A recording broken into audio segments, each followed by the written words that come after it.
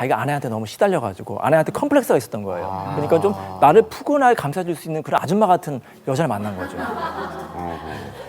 그것도 일리가 있긴 한데요, 또 얘기를 들으면. 근데 사실 뭐 이렇게 성적인 능력이 네. 모자란 것도 있지만 예. 뭐 다른 환경 때문에 그런 것도 있을 수 있잖아요. 뭐 그러니까요. 경제적인 그쵸, 그리고 면이나 이제- 뭐 이렇게 치여서 여자가 상대적으로 능력 있고 나는 좀 기가 죽어서 뭐 그런 경우 자격지심이 늘 쌓여 있고 그렇죠. 그러니까 그런 자기 어떤 비뚤어나오고 이런 거 남성성을 있잖아요. 그렇게 한번 드러내보고 싶은 거죠. 나도 능력 있는데 라는 걸 부인한테는 늘 위축당해 있다가 다른 여자하고 좀 왜 그 부인보다 못한 사람한테는 내가 좀 이렇게 어깨를 세울 수가 있잖아요. 그래서 한번 해보는 것도 있는 것 같아요. 영국에서 왜 한 매체가 이런 얘기를 했어요. 바람 피울 가능성이 높은 남성 유형을 소개를 했는데 이 수입이 부인보다 적거나 IQ가 낮은 남자도 여기에 속해 있었다고. IQ도 IQ도요, IQ도. 기회 문제거든요.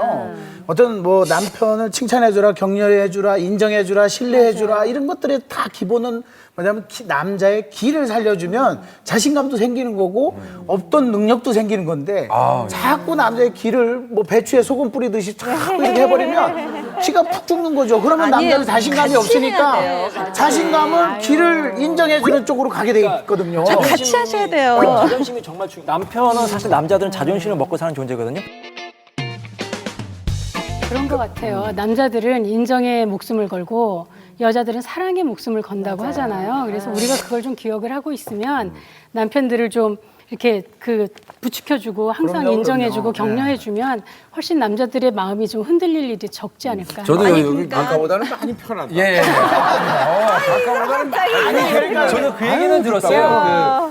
남자는 여자한테 사랑한다라는 얘기를 자주 하면 좋고. 그럼요. 이 남자는 무엇보다도 이 칭찬받고 자기가 최고야라는 얘기가 가장 중요하다. 그래야지 사랑을 할 수 있다라는 얘기를 저도 듣기는 했었거든요. 그 길을 뭐 심리학적으로 좀 풀어보면 결국은 뭐냐면 남자도 나르시시즘이 있어요. 예. 이걸 살짝 띄워줘야 되거든. 축쳐 세워주고. 근데 이거를 죽여버리면 안 된다는 거죠. 그러니까 제발 좀 같이 하자고요. 그러니까 아내를 귀하게 사랑을 해주고 그다음에 나도 또 인정을 받으려고 해야지. 문제는 어디서 벌어지냐 하면은 나는 사랑하지 않아도 너는 내가 이렇게 사회에서 멋있게 활동하는 거에 대해서 인정을 해줘야 된다. 반면에 오히려 사회적 지위가 높거나 이게 정말 기반이 탄탄하신 분들은 오히려 그걸 지키기 위해서 안 한다고 생각이 들어요. 근데요, 그런 것도 있을 수 보면 있다. 여자들의 특성에도요, 그렇게 성공하고 명예도 가지고 있고 돈도 가지고 있는 사람들한테 뭔가 자기가 특별한 존재가 되고 싶은 거예요. 잘난 남자 옆에는 항상 여자들이 너무 그렇죠. 많죠. 이게 좀 예. 모이는군요. 그렇죠. 그래서 그런 것도 사실 높은 자리에 올라가면 내가 나를 스스로 경계하고 좀 분별력을 가지는 게 필요한데 그걸 놓쳐버릴 때가 아니 근데 얘기를 들어보니까 자존감이 낮아진다. 이런 얘기를 계속 듣다 보니까 한편으로는 우리가 경제가 어려울 때 불경기일 때도 그럼 외도의 확률이 조금 높아지는 건가라는 아니에요. 생각이. 불경기는 오히려 더 가족이 뭉치는 형상이 돼요. 예. 뭉치는 현상도 나타나지만 반대로 그 우리나라 외환위기 이후에 이혼율이 26% 정도 증가하기도 했고 미국도 리먼 브라더스 사건 이후에 이혼율이 50% 이상과 급증하기도 했고요. 위기에 있을 때 불경기일 때 바람필 가능성이 실제로 더 많아요. 경기가 좋을 때하고 나쁠 때하고 남자랑 여자랑 차이가 있습니다.